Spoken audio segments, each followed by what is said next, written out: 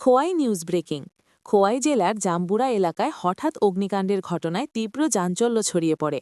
জানা গেছে, আজ দুপুর আনুমানিক ১টা নাগাদ খোয়াই থানাধীন জাম্বুরা এলাকায় একটি বাড়ির পাশে রাখা খড়ের গাদায় আচমকাই আগুন লাগে। মুহূর্তের মধ্যেই আগুন দ্রুত ছড়িয়ে পড়ে এবং দাউ দাউ করে জ্বলতে শুরু করে খড়ের গাদা।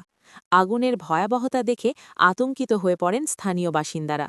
ঘটনাটি নজরে আসতেই এলাকাবাসী দ্রুত খোয়াই দমকল দপ্তরে খবর দেন। খবর পেয়ে দমকলের ২টি ইঞ্জিন দ্রুত ঘটনাস্থলে পৌঁছায়। দমকল কর্মীরা তৎপরতার সঙ্গে আগুন নেভানোর কাজ শুরু করেন। দীর্ঘ সময়ের চেষ্টায় আগুন নিয়ন্ত্রণে আনা সম্ভব হয়।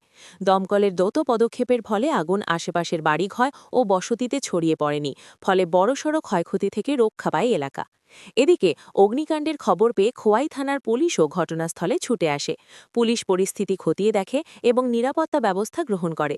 আগুন লাগার প্রকৃত কারণ এখনও পর্যন্ত জানা যায়নি।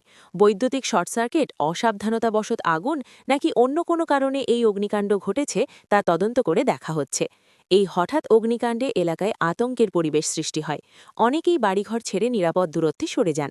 যদিও এই ঘটনায় কোনো হতাহতের খবর নেই, তবে খড়ের গাদা সম্পূর্ণ ভস্মীভূত হয়েছে বলে জানা গেছে।